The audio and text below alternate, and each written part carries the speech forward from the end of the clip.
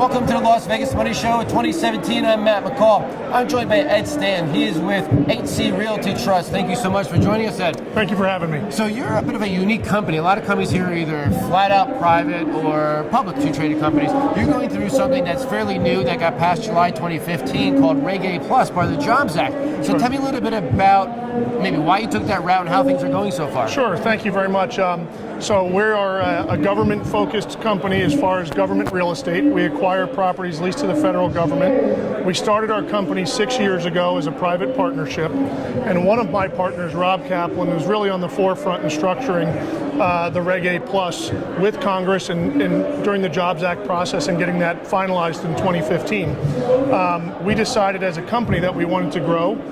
We were looking to, the best way for us to capture some retail investors, and the Regulation A Plus really was a great opportunity for us to reach as many investors as possible, the retail community, which we feel is the best fit for our investment structure, and also to allow us an opportunity to grow our company where we can ultimately do a full listing on the New York Stock Exchange.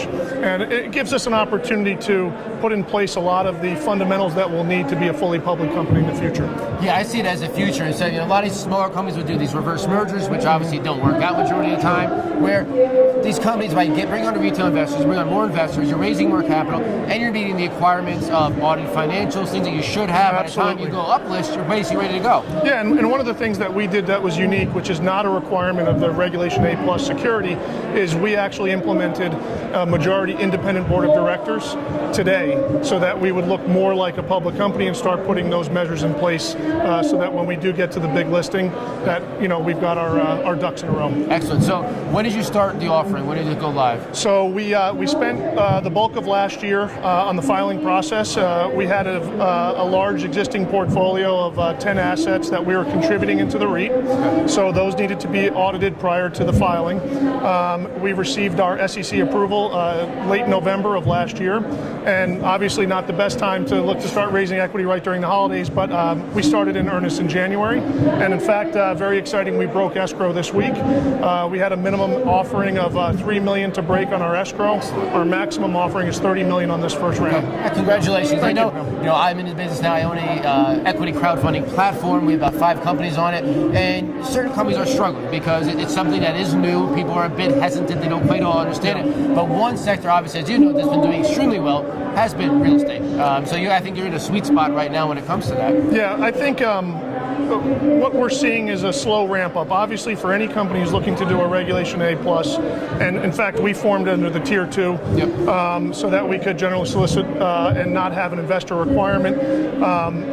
One of the things that we wanted to focus on was to being able to grow the company at a pace that allowed us, under the real estate side, to acquire properties, not have a lot of cash drag had we done a full IPO in one shot. And we're pretty excited about it. We think now that the escrow has been broken, we're going to see a ramp up in sales of the common stock, since people won't have to wait for that escrow for their dividends to get paid.